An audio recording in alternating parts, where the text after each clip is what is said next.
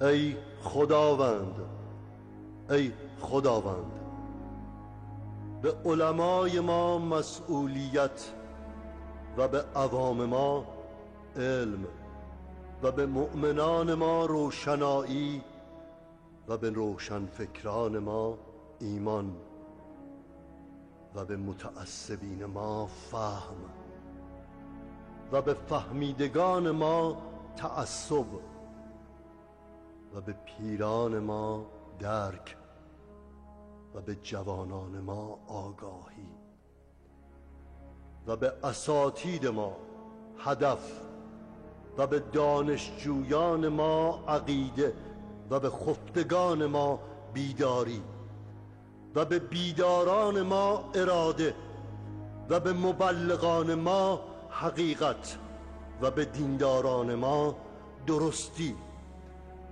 و به نویسندگان ما تعهد و به هنرمندان ما درد و به شاعران ما شعور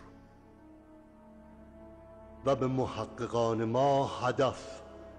و به نشستگان ما قیام و به راکدان ما تکان و به مردگان ما حیات و به کوران ما نگاه و به خاموشان ما فریاد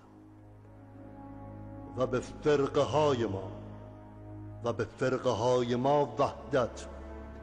و به حسودان ما شفا و به خودبینان ما انصاف و به فحاشان ما ادب و به مجاهدان ما صبر و به مردم ما خود آگاهی و به همه ملت ما همت تصمیم و استعداد فداکاری و شایستگی نجات و عزت بخش.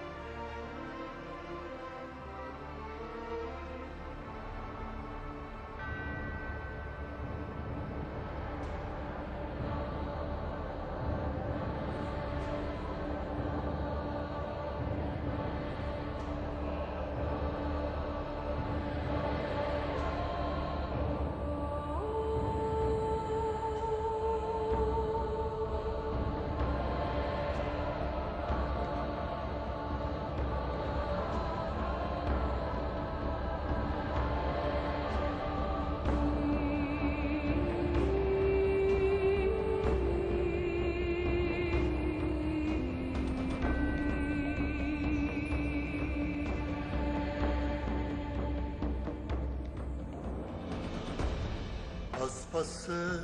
پرده نگاه کن مثل شطرنج زمونه، هر کسی مثل یه مهره توی این بازی میمونه. یکی مثل ما پیاده، یکی 100 سال سواره، یه نفر خونه به دوشه، یکی 2 تا قلعه داره. یه طرف همه سیاه و یه طرف همه سفیدن، روبروی هم یه عمره ما رو دارن بازی میدن.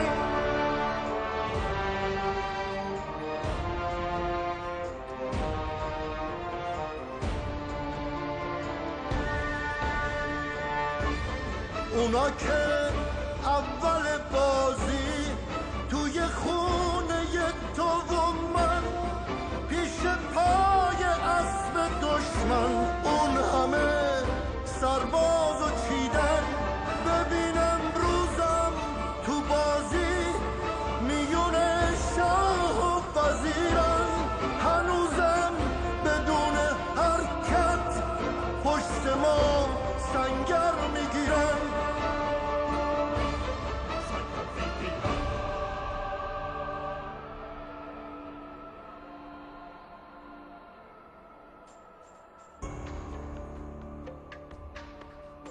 تاج و تخت شاه دیروز در قلعه‌شون نمیشه به خیالشون که این تاج سرشونه تا همیشه یادشون رفته که اون شاه که به 100 مهره نمیباخت تاج و از سرش تو میدون لشکر پیاده انداخت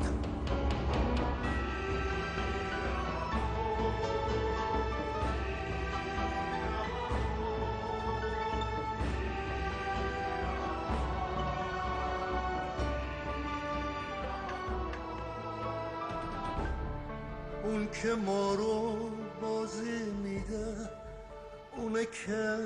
مهره رو چیده اون که نه شاه نه سرباز نه سیاه